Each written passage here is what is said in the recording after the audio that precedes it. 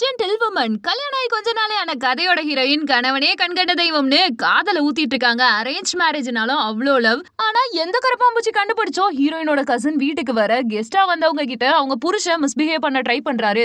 அப்போ அந்த பொண்ணு பதட்டத்துல கையில வச்சிருந்த சுடுதண்ணி அவர் மேல ஊத்த ட்ரை பண்ண அப்படியே கீழே விழுந்தவர் ஒரேடியா மயங்கி விழுந்து கிடக்குறாரு. இது தெரியாம அந்த பொண்ணு பக்கத்திலேயே உட்காந்து அழுதுட்டு இருக்க பார்த்த ஹீரோயின் அவர் போன் எடுத்து பாக்குறாங்க. புருஷன் இன்னொரு பொண்ணோட கோவா போக பிளான் பண்ணியிருந்தது. அவனோட இல்லீகல் அஃபேர் எல்லாத்தையும் தெரிஞ்சுக்கிட்டு டே ரொம்ப நாள் நல்லவன மாதிரியே இருந்தியடான்னு சொல்லிட்டு அருவா எடுத்து ஒரே போடு அதிர்ச்சியில அழுன்னு அழுகுறாங்க.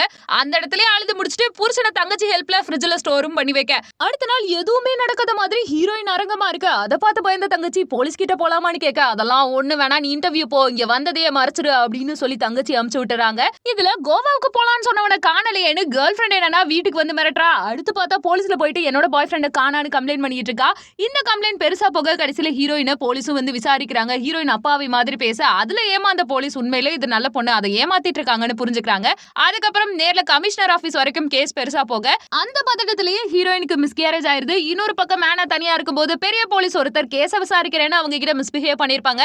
அது தெரியாத ஹீரோயின் உள்ள போய் பார்த்தா ஆனா எதுவும் நடக்காத மாதிரி உட்காந்துருப்பாங்க. உன்னோட லவரை நான் கொண்டுட்டேன் என்னை ஏமாத்திட்டான் உன்னை ஏமாத்திட்டான்னு சொல்லும் போதே ஃப்ரிட்ஜ்ல இருந்து போலீஸ்காரரோட டெட் பாடி விழுகுது. கடைசியில ஆனா கிட்ட அவர் தப்பா நடந்திருப்பாரு அதனாலதான் அவ கொலை செஞ்சிருப்பா. இப்போ ஏமாந்து போன ரெண்டு பொண்ணுங்களும் ஒரே கார்ல போறாங்க. கொஞ்ச நாளுக்கு அப்புறமா போலீஸ் இன்வெஸ்டிகேஷனுக்கு ஹீரோயினை பார்க்க வந்தா ஆனாவும் அந்த இடத்துல இருக்கா. அவ பிரெக்னெண்டா வேற இருக்கா.